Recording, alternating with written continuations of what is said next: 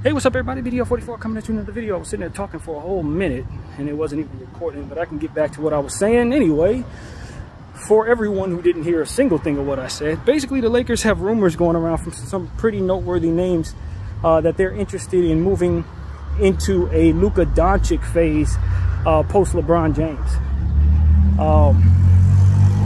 I had a lot of thoughts about that. Of course, I want Luka on this team if he wants to be here. That's definitely not something to even question. That's only a foolish person would say they don't want Luka Doncic on their team. That's the first thing I got to say. I'm not going to be that person at all. I've heard people say they don't think that maybe Luka's the right guy for the Lakers because he ain't flashy enough. He's not a high fly actor. You know, I'm like, nah, I don't give a damn about all that, dude. That's a top 3 basketball player in the game. He's going to go down as a Hall of Famer. I don't give a damn about any of those thoughts. This is one of the best players in the world. Bring him on the team, bro. I don't care about that. You think I'm going to push? That's like me saying, nah, I don't want Tim Duncan on my team because he's got a game that stays low to the ground. Like, man, give me the best players, bro. I don't care how they play, man, as long as we're winning, literally. That's the first thing I want to say. I could care less what style a Pantheon great plays in. He could be Shaq. He could be Powell. He could be Steph Curry.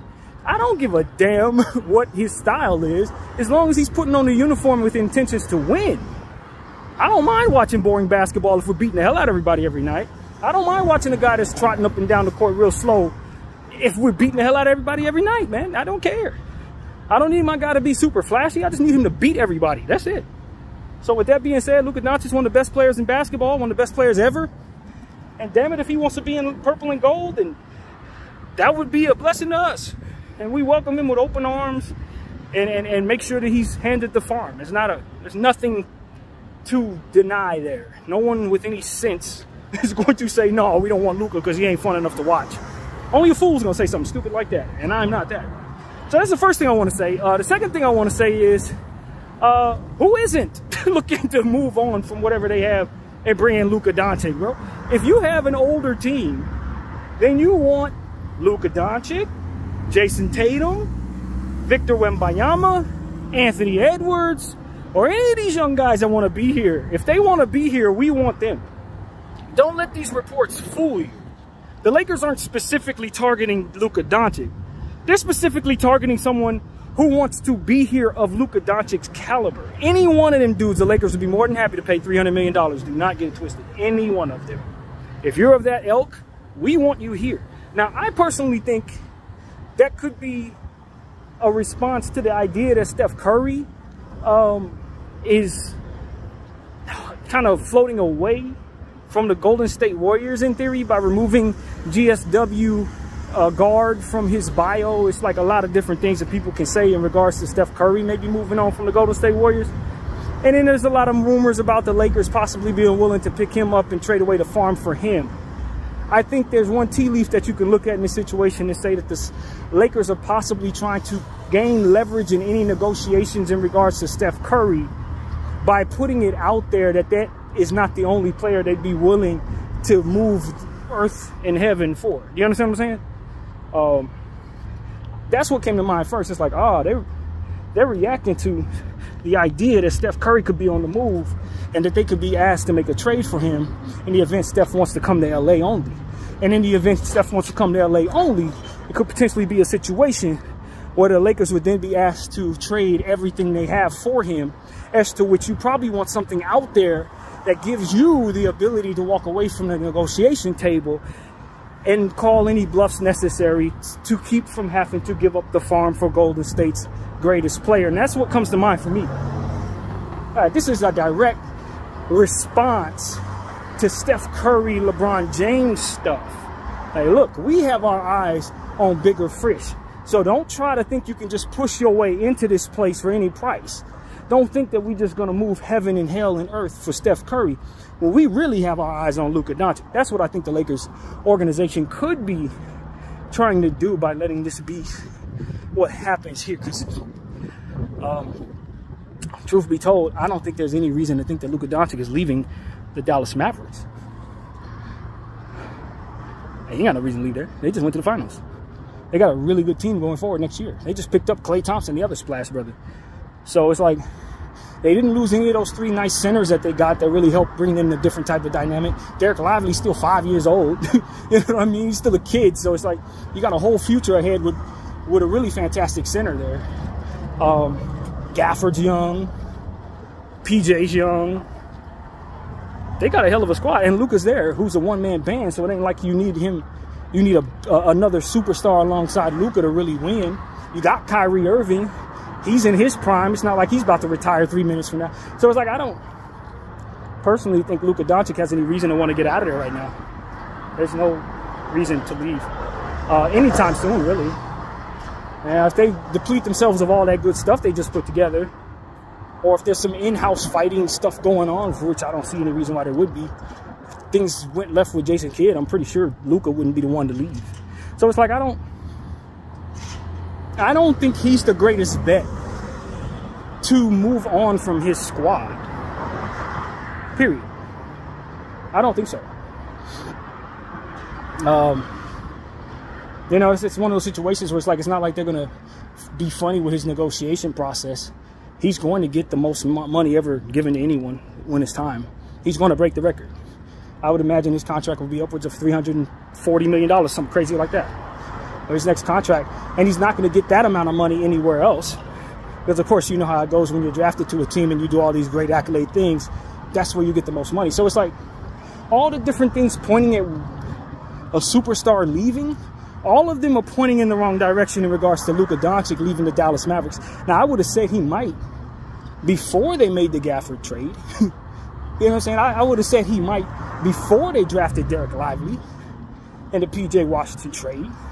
I think I called him P.J. Tucker. It was P.J. Washington. They didn't have anything necessarily go wrong as of late. They made good trades. Seems like they have a really strong GM in place, an owner that's willing to make moves. The new ownership is with deep pockets. You still got,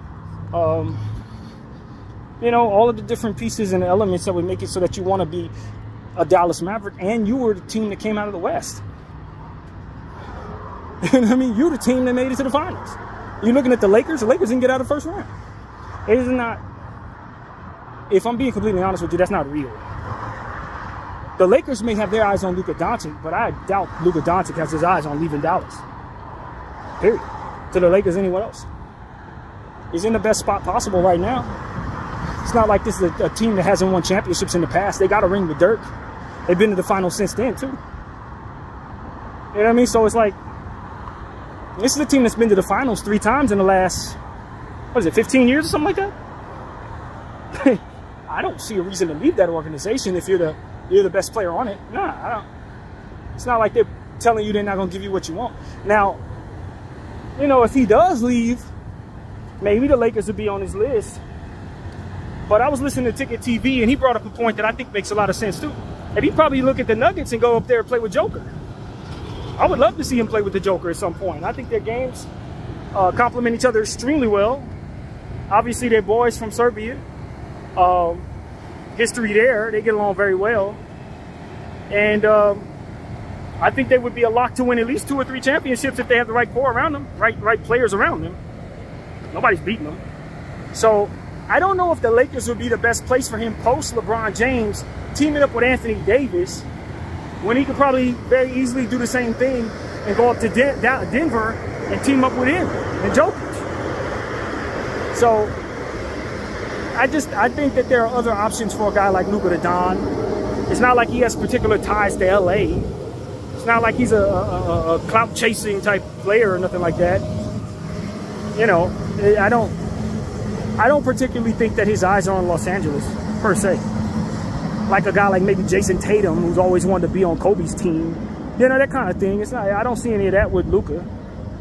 I think he has strong ties to LeBron James, but like I said, this is about when Bron leaves. So it's not like he'd be playing with Bron in theory.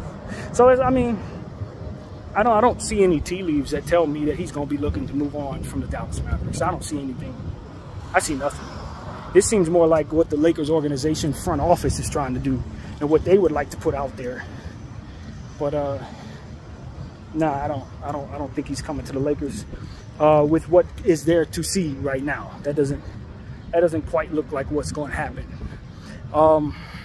So So I wanted to put that out there, man. I think the Lakers are trying to posture themselves differently for something else they want to do. And they want all the big fish to know that they have their eyes on a specific big fish so that people don't think they can just waltz in here and take over the joint, or, you know, organizational GMs can just take all of our picks and everybody that we have, even though it's not something that I would hold on to. Like, we're like this. If Luka Doncic wanted to be a Laker tomorrow and we need to make a trade for him, I'd give up everything we got, not name Bron and AD. Period. There wouldn't be no picks or player combinations that I would be willing not to give up. But I think that's not the point. The point is, if I'm the GM, it's my responsibility to have leverage in the situation. It's not just to offer up everything and take back whatever I can, or offer up everything and take back the best player. You may get to that point where that ends up being what you give up, but you don't offer up all that stuff. You know what I'm saying? You gotta try to establish some leverage and then go in with the intention of getting it for the best possible price. That's a GM's responsibility. A fan's responsibility is to tell the GM, yo, give up everything, I don't care what it is, it takes to get him, get him. But the GM, if he wants to be seen as a good GM, can't offer everything off the rip. You know what I'm saying? That's not how you do your job. So I think this is kind of about that type of posturing, to be honest with you. I really do think that's more like what's probably happening here. And it's just people essentially saying, yo, Steph, Mike Dunleavy, we don't really have to go this route with y'all. We don't want to give up everything for Steph Curry, who probably wants out of there any damn way. So just understand that we already have our plans about what we're going to do after Bron leaves. So don't think that you guys can just team up and we're supposed to give up the farm for him. If it comes down to negotiations and we agree to give up the farm, we'll do so on our own time with the leverage necessary to negotiate in good faith. Otherwise, don't think you're about to just waltz up in here. You know what I'm saying? That's what I think this is about. This is about Clutch understanding that we have something that we want to do after they're gone too. After Bron's gone, we have plans. We have a vision. We believe we can do this. You know, so that's what it seemed like. The Lakers organization trying to find leverage where they can and letting anybody and everybody know that we have our eyes on something. So don't think you're about to just move on in here and have us doing stupid crap going forward. So that's what I think this actually is. But at the same time, I could be wrong, and they could be really interested in getting Luka Doncic. And this is them sending out the smoke signals to Luka. Hey, you can start dreaming about being a Laker because we want you here in LA. For me, it's like I said, I would love to have Luka the Don. If he wants to be here, I want him here. But if I'm doing that for any one player, to be honest with you, it's Wembanyama. I'm just going to be honest with you. That's the best asset in basketball. It's Webb. It's Wemby. You want the 7'5" guy that dribbles the ball like a guard, and is probably the best defender in the game next to Anthony Davis himself. That's who I actually want to spend $350 million on. And so if I'm sending out them smoke signals, BDF personally, if I'm the GM and I'm the owner, that's who I'm targeting. That's who I'm targeting, man. And that's not instead of Luka the Don. I'll pay them both, you know what I mean? We'll pair them together. That's like, I'm not going to sit up here and tell Luka the Don, hey, I'd rather have Wemby than you. That's not the statement. That may be the reality of what I'm saying, but that's definitely not the message I want to send. If Luka wants to be here, we want him here. But for me, if I only have one asset to choose from, one guy to choose from in this entire league to start over with, is definitely San Antonio's guy. And without any doubt, no question about that, 100,000%, it's the Frenchman, Wembanyama. No question about that. So I just want people to know where I stand on that. But hey, I'm not mad at the Lakers. I'm not mad at the Lakers. If they want to go forward with Luka the Don, that's a damn good choice too. Damn good choice. I think the only issue or concern I would have with Luka the Don is him taking care of his body. Just like Zion, but in a different way. Because he's so much more gifted than Zion naturally. But I do think that he likes his beer, you know what I mean? He probably likes to relax on the couch. He's a guy who relies upon his talent more so than the gym. And that is a bit concerning to me.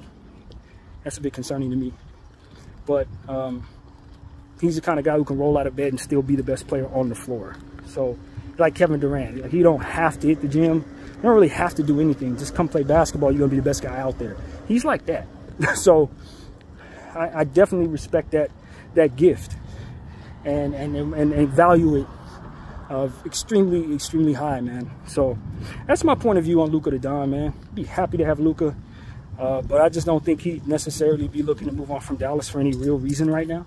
Some things would have to go completely wrong that I don't see any reason to think that they are right now. Not at all. Things are going right. If anything, they've gotten a lot better over the last year and a half. And so, yeah, I don't think we're going to be able to take that particular star from that particular place. But there may be other stars that we can get from other places, including Steph Curry, of whom I think more and more of the idea of him having to move on from Golden State. He wants to be a Golden State lifer, I think, but I just don't like the direction they're going in with him a part of it. If they want to go forward with the young guys, I don't love the young guys. I like them as role players, but if I got to pay Kuminga $200 million, I'm out. I like Pod. I would move forward with Pod in most situations. Moody, I like Moody going forward in most situations. Trace Jackson-Davis, love his game too. So those three are strong. I like those young players, but it's not like they have a really crazy great core or nothing like that of young players to where we can just move on from Steph Curry and go on with them and think I'm actually going to win anything. Absolutely not. Absolutely not. We're going into tank mode, and I'm hoping to tank for 2 or 3 years and try to get the best players of those particular years. Then we can go forward and see what we have. That's the only way Golden State really makes any sense to me. Otherwise, they're doing too much or too little, honestly. It's one or the other. So if I'm Steph Curry, it would have to be me doing what Kobe did. Just accepting that the team's going to be trash so I can play for one team my whole career. That's what it would be. We ain't winning nothing here. I know we're not winning nothing here. Let me just go out here and put up numbers, put up stats, and go down as a lifer. The problem is, not everybody's wired like that.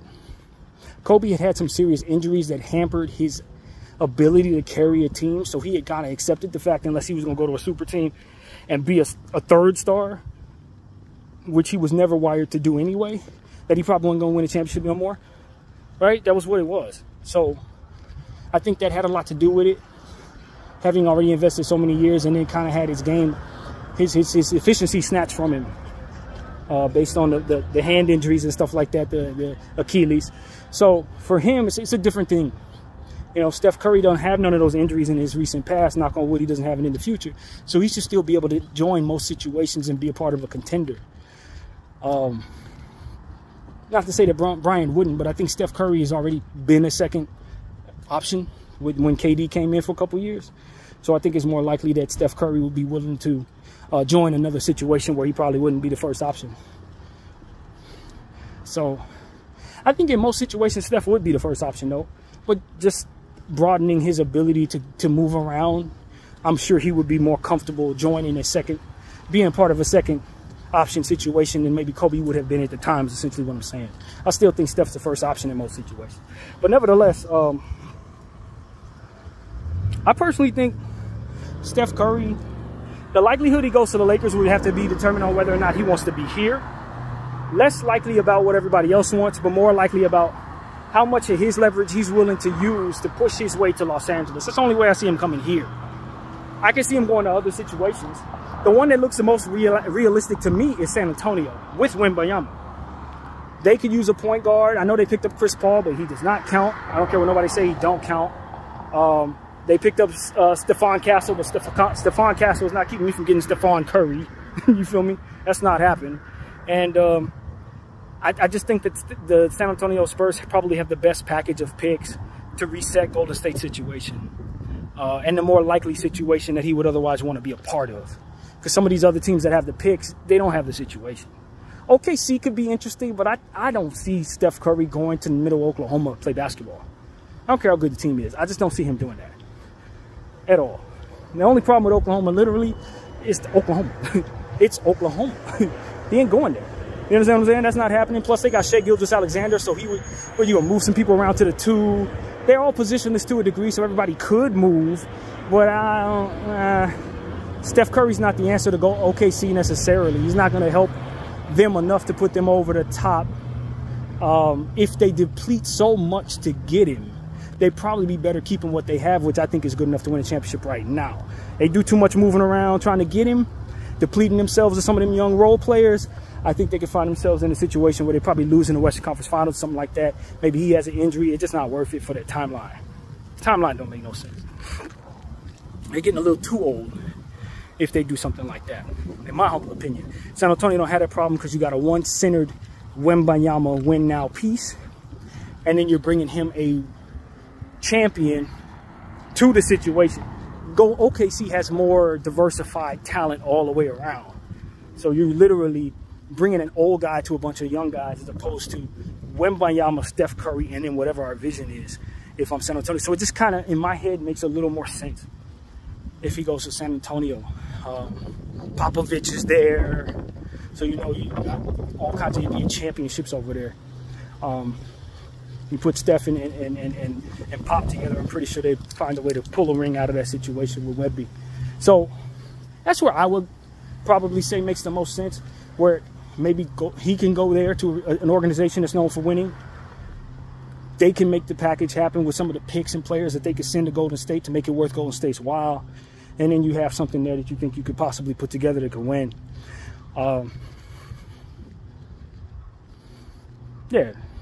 And I think that San Antonio has so many picks to where they could probably make that move and still have assets to work with if things were to go wrong or something. You know what I mean? They should be able to still be able to do stuff. So if I were a betting man, I'd probably say if he moves on from Golden State, he'd probably land in San Antonio. I would say he'd probably land there. But there could be some other places. A lot of people seem to think Miami, but I don't think Miami has the package. I really don't. They're probably going to deplete too much that needs to be on the basketball floor with Steph Curry in order for them to be as effective as winning as they'd like to be. Miami don't have the assets people think they do. That's basically what I'm saying. They don't have the assets. They could have the assets, but then you're bringing him to a situation that's not good enough to win. That's what I think the situation is in Miami. That's just not realistic to me. Maybe he would join a team like Orlando. They could put some picks together, players together, and still have a lot left. Still keep Franz, could still keep Paolo. That could be somewhat interesting, but I just don't think he's going to leave Golden State to go to Orlando. I don't think so. No. So when you start looking at some of these other teams like Houston, similar situation to OKC, but not as good a talent he's coming to. I think OKC is more proven. Same dynamic that I described there.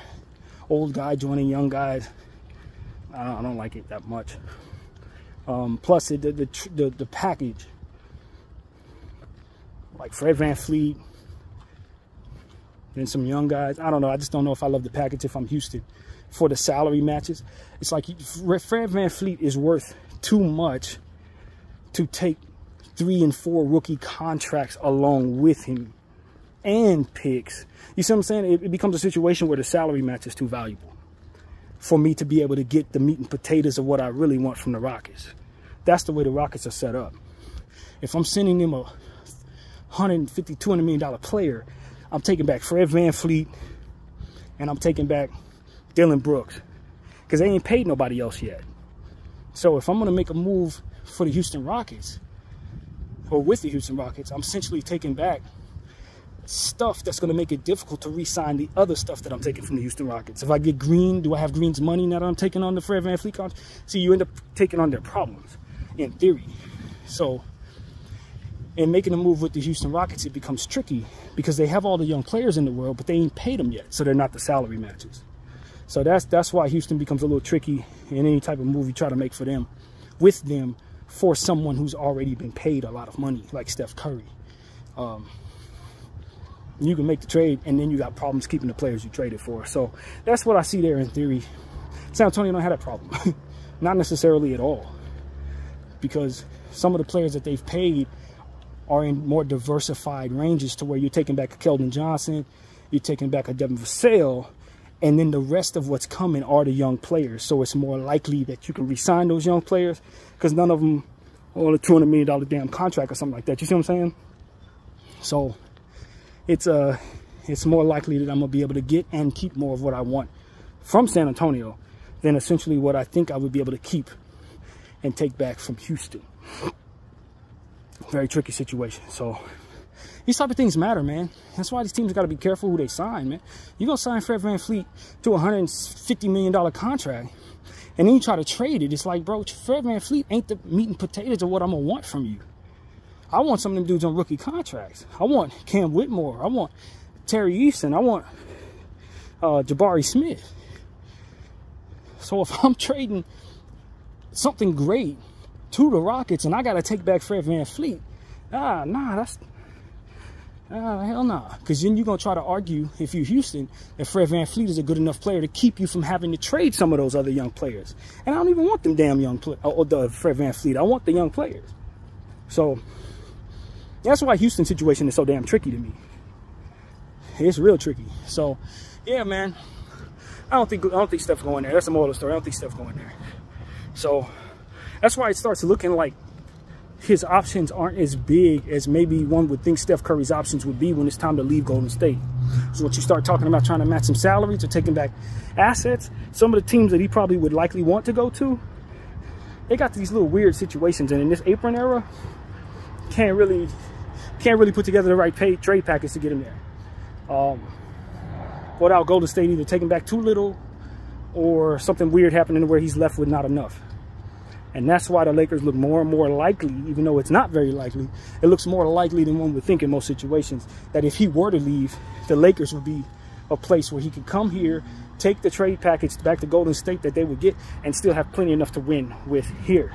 People that he wants to play with, like LeBron and AD. So, yeah, man, that situation, I said 10%, but I actually think it's probably more like 35%, to be honest with you. If he were to leave, where would he be sent to? This looked like, if not San Antonio, this probably might be the second best option. Video 44. Thank y'all for watching. I'm out.